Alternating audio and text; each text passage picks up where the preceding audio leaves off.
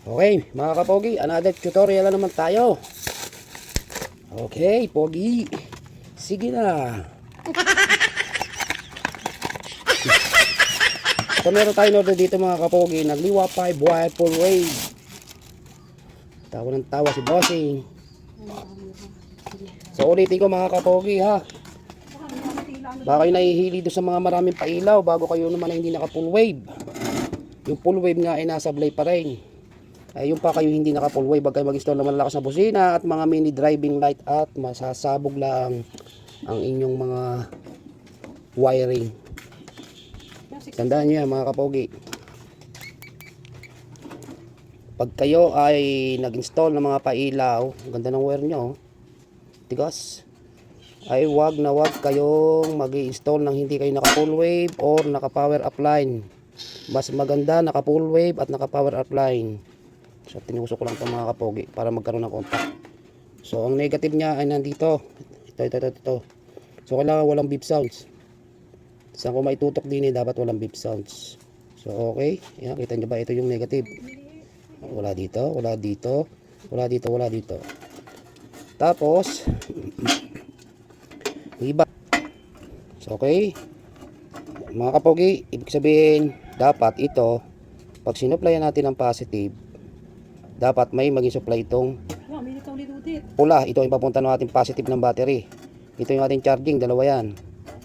Yung puti at saka isang dilaw. Kahit magkabaliktad yan, pagka kayo nag full wave, wala yan, polarity, walang problema.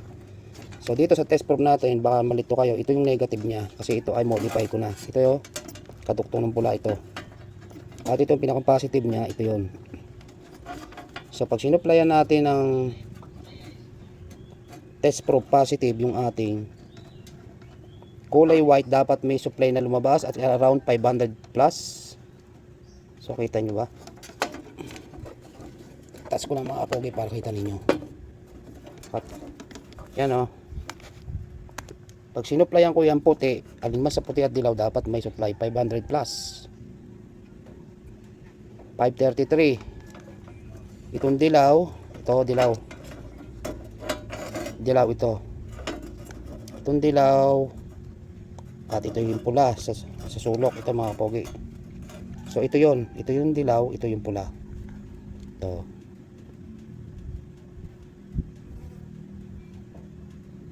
$539. So mas mataas ang ano ng light coil talaga sa dilaw. Tapos babalik rin naman natin, susupply naman natin yung pula. So kasi si regulator ay maraming diode dyan sa loob. So ito naman pula susupply natin. Alam niyo man, diode one direction lang yan. Supply naman natin yung pula, dapat walang bumalik. Una natin sa dilaw. Ito yung dilaw. Yan, nasa ibaba.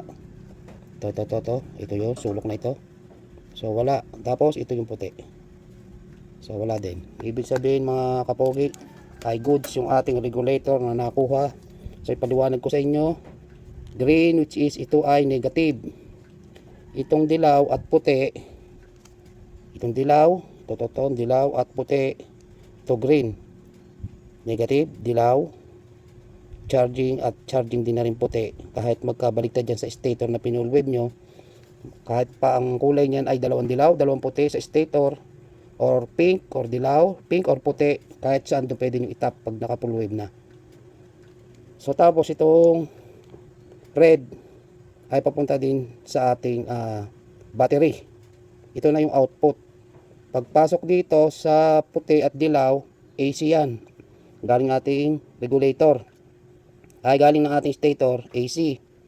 Ngayon naayusin niya dito, convert to DC. Dito yung lalabas. At ito, yung connection nito, diretso sa ating positive ng battery. At itong kulay black, ito yung blocking natin.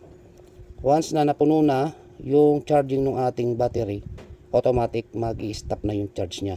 So pag nabawasan, gagana uli itong itim na ito. Mawawala uli yung black nito.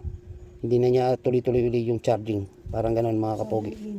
So ito lang yung nagko-control. Control to, kaya hindi maaari nyo to i-install sa ACC wire nyo. Pag itinakalimutan nyo, ito importante i-secure nyo to. Kasi pag ito yung nag-loss, mag-overcharging, lolobo yung battery hanggang sa masira. So naintindihan? Ito, pula papuntang battery. Ito galing na stator, AC yan. At lumabas yan dito sa pula, output DC. Green, body ground or negative ng battery, at black, yun yung ating control ng ating charging para hindi lumobo yung ating battery. Yan po ang trabaho ni 5-wire full wave regulator. Original yan mga kapogi.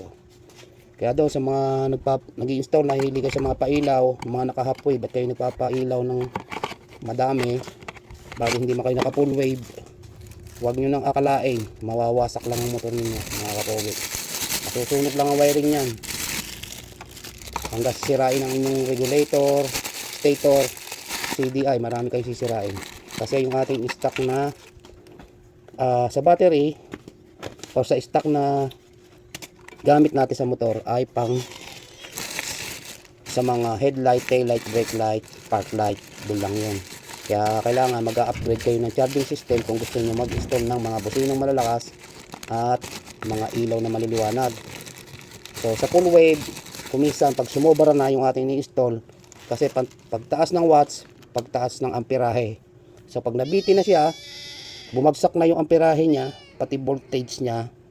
Yung 12 volts nandun pa rin, pero yung watts niya pag umangat, bago mahina naman yung amperes, hindi na niya abot.